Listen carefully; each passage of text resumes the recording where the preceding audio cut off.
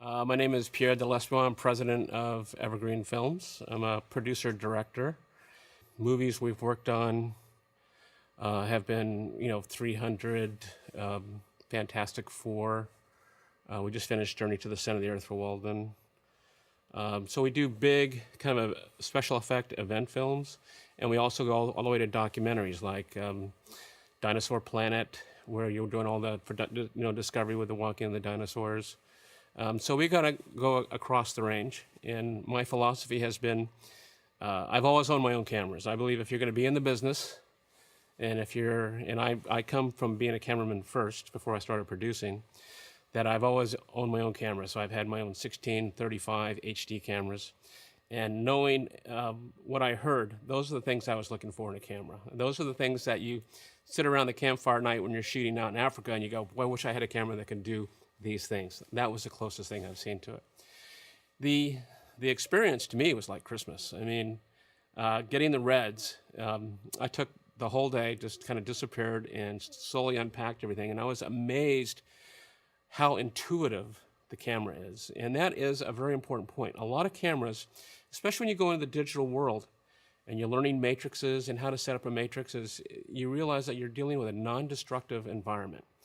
But the layout of the buttons that you want, the things that you would actually use, the vary speed, the 24 frames, the ASA, were very intuitive and easy to use. And when I trained the ACs, within a half hour, 45 minutes, I had people actually, shooting on a feature, understanding it. And it's very easy to pick up if you've been around any type of camera.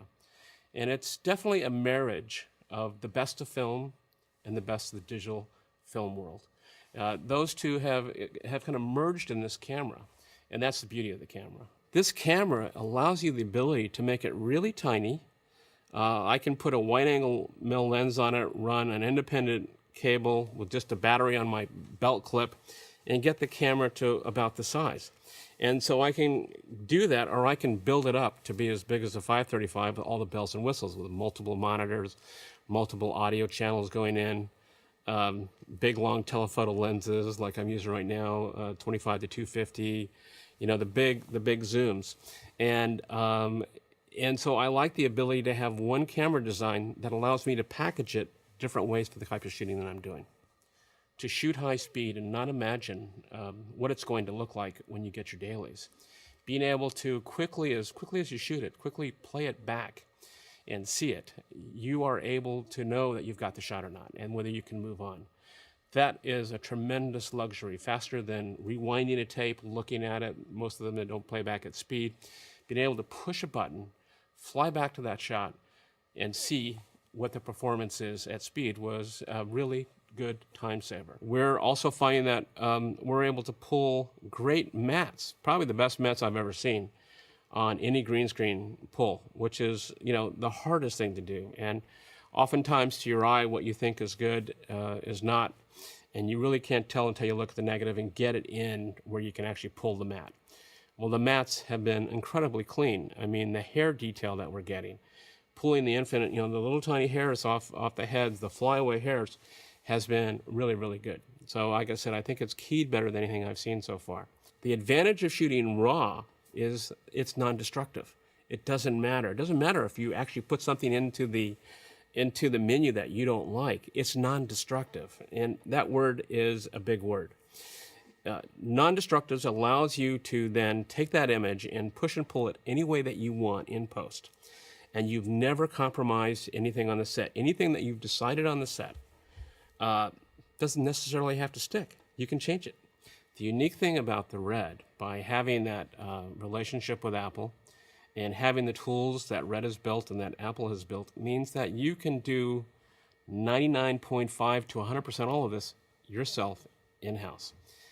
The Red's ability to download software and upgrade the camera and allowing more functionality and new things has been a tremendous boon. It means that your camera won't go obsolete within a year or 2 years or 5 years. It's progressively getting better, and I've seen that every step and every upgrade. Now, what does it take to upgrade the camera? About 10 minutes. You couldn't get easier. I mean, you download the new software update on the internet, you put it on the chip, you slide it into the camera, you do a new black balance, and you're ready to rock and roll. Like I said, the big word for me on this camera is intuitive.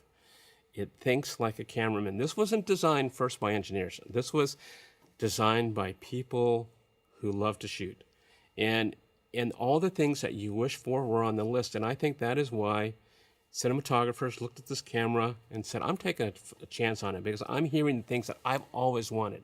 Not many manufacturers listen to us. When you think about our industry, if you go to Cannes and you can see how small it really is, it fits in a couple of hotels. So, if you look in the world, in Panavision, there's about 2,000, maybe 2,200 bodies throughout the world. That's all there is in bodies. There's going to be more, there's going to be double that in Reds in the first year. So I think this is a paradigm shift. There are things that come along in your lifetime that actually change the way you think. I've been shooting for most of my life. Since I was in my early teens, I've been shooting. I haven't been this excited in years.